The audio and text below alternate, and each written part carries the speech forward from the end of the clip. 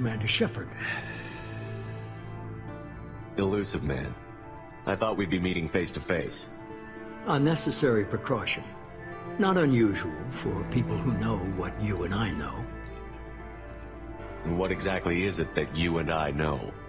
That our place in the universe is more fragile than we'd like to think. That one man, one very specific man, might be all that stands between humanity and the greatest threat of our brief existence. The Reapers.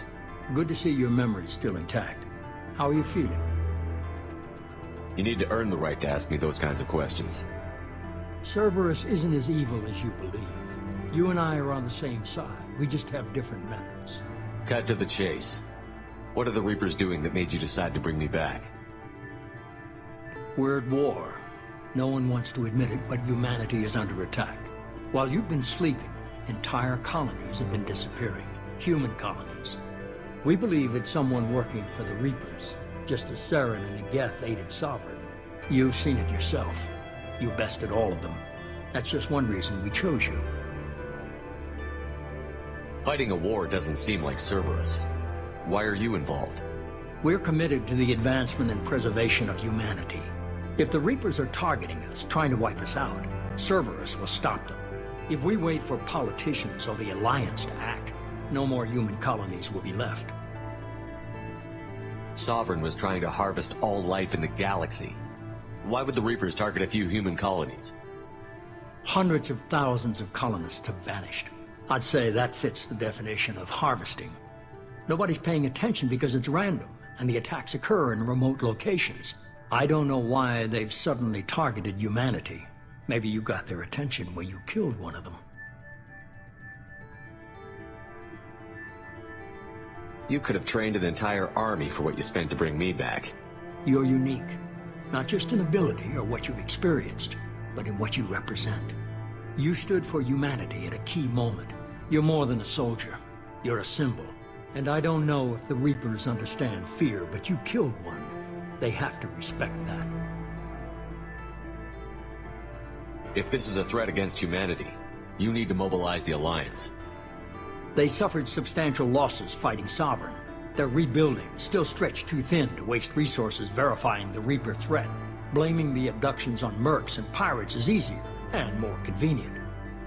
If what you say is true, if the Reapers are behind this, I'd consider helping you.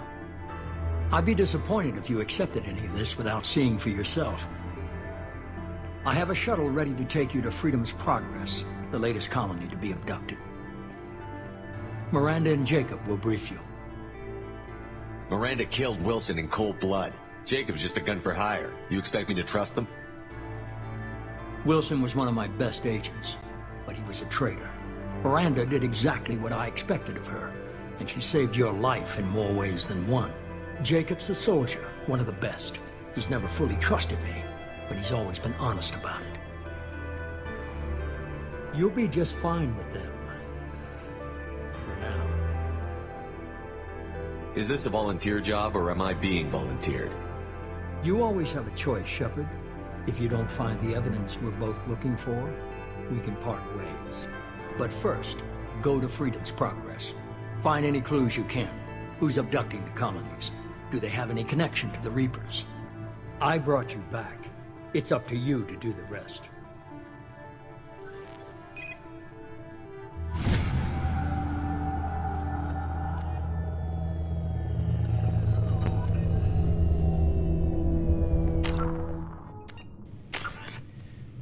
All right, well, I think now's a good time to level up my character here. And as you can see, it is vastly different from Mass Effect 1.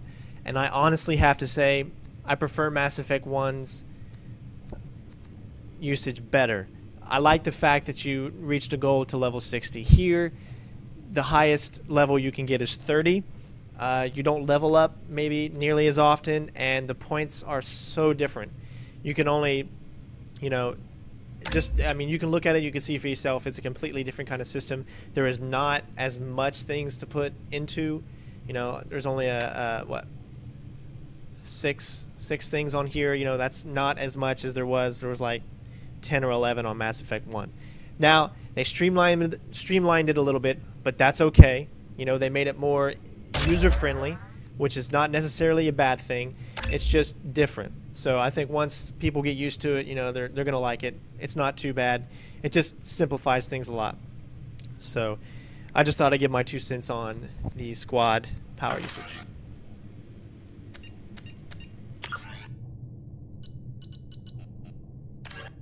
The Asari were the first species to discover the Citadel.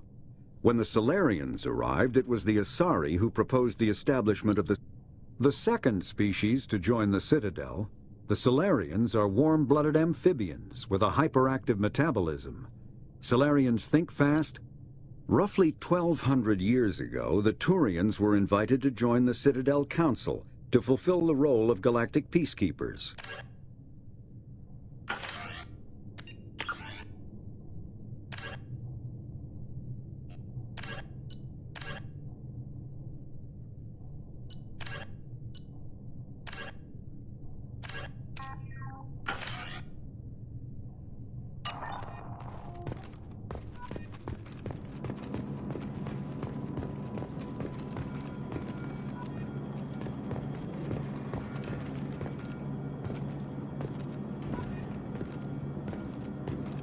The Illusive Man is very impressed with you. I'm eager to see if you can live up to his expectations on this mission.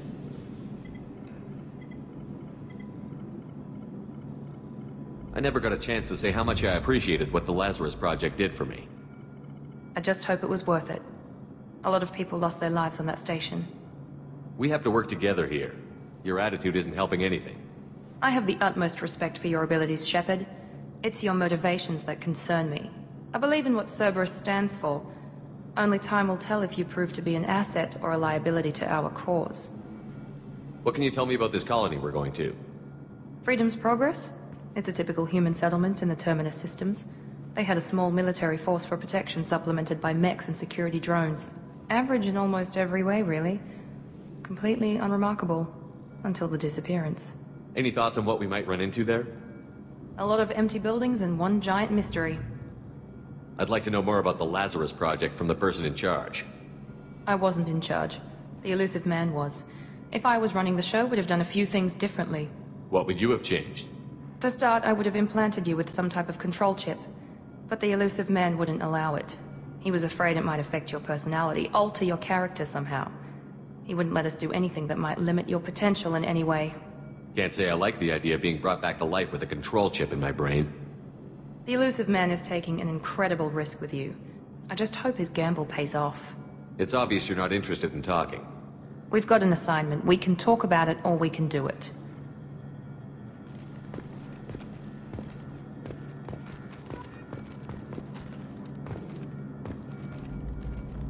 I'm glad the Illusive Man convinced you to join us, Commander. I just want to find out what happened to those missing people. I still don't trust Cerberus. Noted. Do you trust me, Commander? I haven't made up my mind about you yet. At least you're giving me a chance. Most Alliance soldiers hate Cerberus on principle. Do you know anything about this colony we're going to? It's called Freedom's Progress. Don't know much else. I guess we'll find out when we get there. You said you served in the Alliance? 5 years in total. Stationed all over the galaxy. Even spent a couple of years as a Corsair. I've never heard of the Corsairs. It was an Alliance initiative. They hired independent starship captains and used them for missions that fell outside official Alliance jurisdiction. Technically, we weren't part of the Alliance. If we ever got caught, they could disavow any knowledge of us. We were supposed to be free from restrictions and rules, but there was still enough red tape to sink a cruiser. I finally just gave up. Why did you join Cerberus? I guess I just got tired of never making a difference. So much of what we did in the Alliance seemed pointless. I thought things would change after the attack on the Citadel. Humanity was finally invited to join the Council, but nothing changed. Politics, bureaucracy, same bullshit, different leaders. Cerberus is different. When colonies go missing, we don't commission a team to write a report to figure out what the hell to do about it. We just go and find out. That's all for now. Yes, sir.